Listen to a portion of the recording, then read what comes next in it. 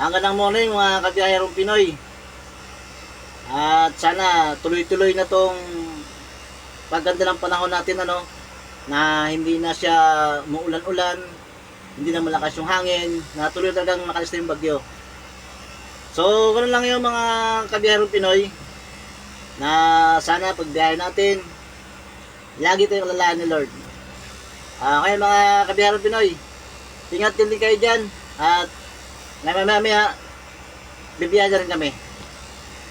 Pupunta kami ng Cavite mga idol. Mula Taguig hanggang Cavite ang biyahe namin ngayon mga idol. Para mas mapadali ang daan, dadaan kami ng slick. Para makaiwas na rin sa traffic. Para mapabilis na rin ang biyahe namin papuntang Cavite. Ganun lang ang buhay ng driver. Pihit dito, pihit doon. Take into the left, check into the right. Pagka truck driver mga idol, ang hanap buhay natin, araw-araw nating ginagawa. Hindi natin kailangan magpalipat-lipat pa ng daanan na mapagkapaligsahan sa mga kasama natin driver. Habang nasa Manobela tayo, cambio dito, cambio doon, hanggat sa mararating natin ang ating pupuntahan na lugar. Apak dito, apak doon. Ang buhay talaga ng driver nasa preno ang kaligtasan, dapat panghabang buhay. Na kahit gano'n man kalayo ang pupuntahan, huwag masyadong seryosohin ang hanap buhay. Para naman sa gano'n gumanda naman takbo natin papunta sa ating pupuntahan. Iwasan lang natin yung maging mainit ng ulo sa daan. Hindi na natin kailangan magpaligsahan pa sa daan. Mas mainam pa mga idol pa habang nagdadrive. May kinakain tayo ng mga chichirya. Kung baga libangan ba na hindi tayo mainit, hindi tayo antukin sa biyahe. Sa susunod, yun ang gagawin ko mga idol. Maka-order nga ng lechon manok sa Shopee. Para habang nagdadrive tayo, habang nagdadrive ako, may kinukurot ako. Kurot dito, kurot doon. Hindi natin mamamalayan. Nandito na pala tayo.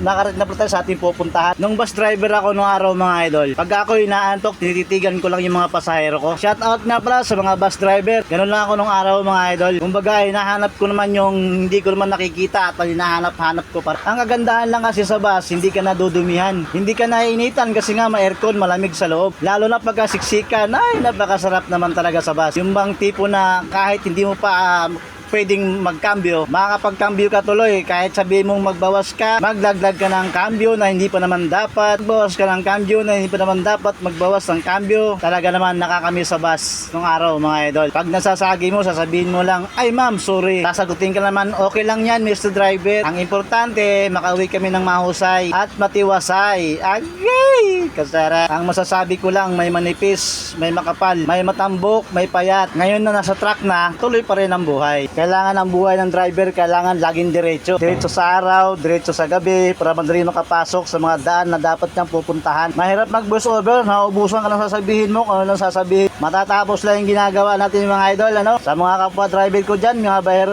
biyaherong Pinoy, shout out sa inyong lahat dyan.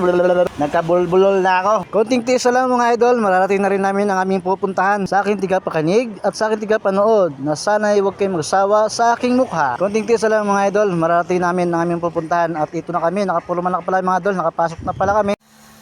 Nandito na rin kami mga kabiyaherong Pinoy. Dito sa Aguinaldo, Cavite. Sister of Mary. Kung saan kami mag-deliver. Okay, nandito na kami.